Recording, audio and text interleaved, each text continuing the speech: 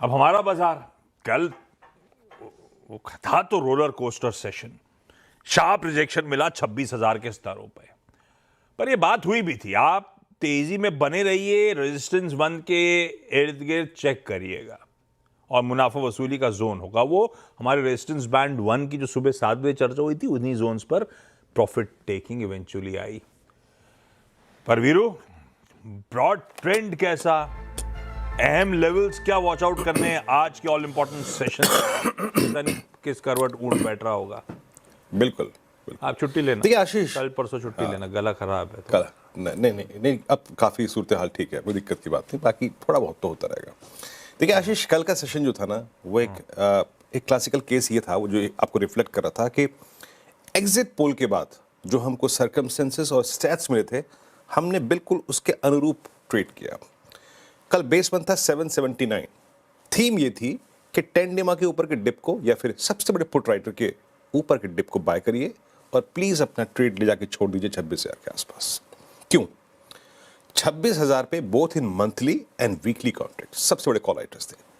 25,988, 26,033 यहां पे जाके प्रॉफिट्स को बुक करिए। कोलैप्स हुए, हालांकि कोलैप्स के बाद भी देखिए ठीक था बाजार को, बाजार ने अपने रिस्क को एडजस्ट किया, दैट्स गुड। बट हमारी एक प्रॉपर्टी है इस जोन की, हमें उसे फुलफिल करना ही पड़ेगा, अन्यथा हम कोलैप्स होंगे। किन सर्कमस्टेंसेस में वो आपके सामने रखता हूं मैं। देखिए कल के स्टैट्स को देख के बहुत इक्विटी के पैटर्न को बहुत आपको कुछ मिलेगा नहीं, क्योंकि एफआईएस की बहुत थिन सेल थी। इंडेक्स में उन्होंने थोड़ा सा बाय किया, थोड़े लॉन्ग काटे, थोड़े शॉर्ट काटे, बट मोर और less they are sending with 1.6 lakh short contracts. उनके शॉर्ट कॉन्ट्रैक्ट्स में बहुत कोई तब्दीली नहीं है, 1,60,000 कॉन्ट्रैक्ट उनके शॉर्ट खड़े हुए हैं। आइए इस जरा आज के टेक्सचर को समझ लीजिए, जिसमें हम स्ट्रांग थे, लेकिन स्ट्रांग कब तक रहेंगे ये भी समझ लीजिए।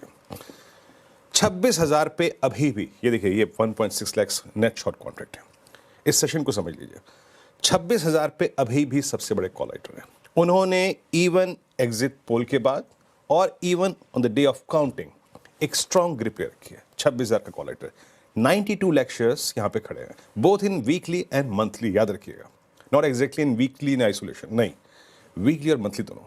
और नीचे कल पुट्स ने एग्जिट किया, जो बहुत कंफर्म थे, जो बहुत कन्विक्शन के साथ बैठे थे, उन्होंने थोड़ा सा एग्जिट किया, बट स्टिल 25,800, 25,700 करीब करीब 1.25 करोड़ का आउटस्टैंडिंग वाई होल्ड करती है। लेकिन उससे भी महत्वपूर्ण बात यह है कि हमारे टेक्सचर को जो बाय मोड में कन्वर्ट हुआ था 10 डेमा को क्रॉस करने के बाद, उसको डिफेंड करने वाला जोन है। लुक एट दिस, 25,800 का पुट राइटर, 26,000 का कॉल राइटर, लेके आइए बेस वन। देखिए जिस शब्द को कहते हैं ना, जिसको हम खरीदते हैं, स्ट्रेंथ। स्ट्रेंथ चाहे कुछ भी सर्कमस्टेंसेस हो, ये सिर्फ बेस वन तक रहेगी। It's 719 and 789। इसके नीचे ड्रिफ्ट कर रहा है, चाहे वो ग्लोबल हैंडओवर हो या फिर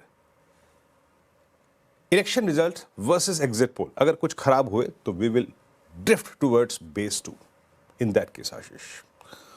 और इवन फर्दर याद रखिएगा, और इवन फर्दर हम ड्रिफ्ट हो सकते हैं। तो ये है केस अगर डाइवर्जेंस हुआ वर्सेस एग्जिट पोल। और याद रखिएगा, आपको बाय ट्रेड लेना है सिर्फ बेस वन के ऊपर।